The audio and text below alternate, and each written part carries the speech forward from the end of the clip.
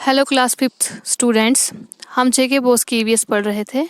इसमें हम chapter number 9 पढ़ रहे थे अप यू गो। इस पे ऑलरेडी मैं वीडियोस बना चुकी हूँ। आज हम इसका पेज नंबर 85 कंटिन्यू करते हैं और इसमें हम पढ़ेंगे आज a special guest. A special guest का मतलब होता है एक खास मेहमान। After dinner we met a special guest Bachendri Pal. रात के खाना खाने के बाद हम एक खास मेहमान से मिले और उनका नाम बचिंद्री पाल था। She had just been selected as a part of the team to climb Mount Everest. उन्हें हाल ही में हमारी टीम में शामिल किया गया था माउंट एवरेस्ट पे चढ़ने के लिए। She had come to seek the blessing of Brigadier Gyan Singh. वह ब्रिगेडियर ज्ञान सिंह के आशीर्वाद लेने के लिए आई हुई थी। It was a happy evening. We were all singing. ये एक अच्छी शाम थी। शाम के वक्त हम सब लोग गाना गा रहे थे। बचिंद्री also joined us in singing and dancing on the famous पहाड़ी song भेड़ो पाको बारह मासा कफल पाको चेता मेरी छेला। तो वो लोग गाना गा रहे थे, वो एक लोकल सॉन्ग गा रहे थे, वहाँ का फोक सॉन्ग गा रहे थे। तो बचिंद्री पाल भी उनके साथ आई और वो भी नाचना गाना शुरू हो गई और वो लोग एक बहुत ही फेमस पहाड़ी सॉन्ग गा रहे थे, बेडू पाको बारह मासा काफल पाको चेता मेरी छेला। At that time, we had no idea that Bachindri would become the first Indian woman to reach Mount Everest and create history.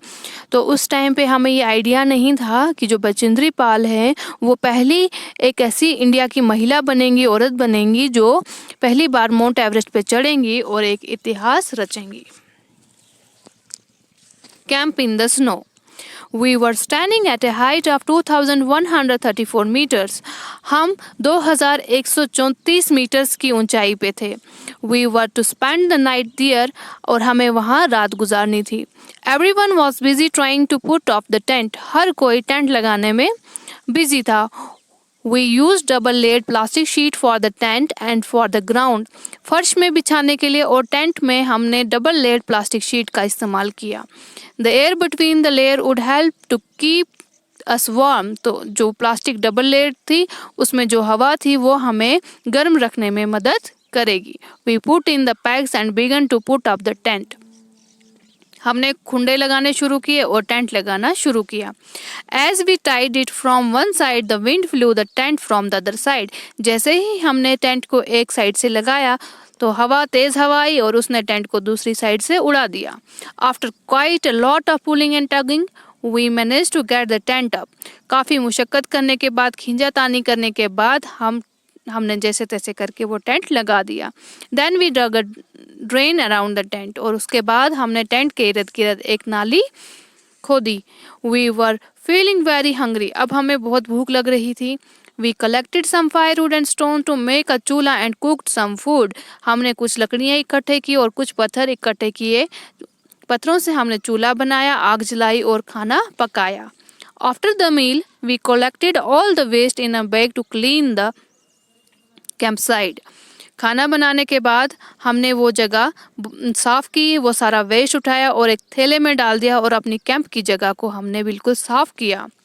Soon we got into our sleeping bag. और जल्द ही हम अपने स्लीपिंग बैग्स के अंदर चले गए।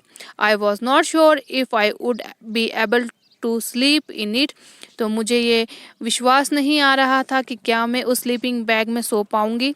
Would it be comfortable? क्या ये आरामदायक होगा? क्या इसमें मुझे अच्छी तरह से नींद आएगी?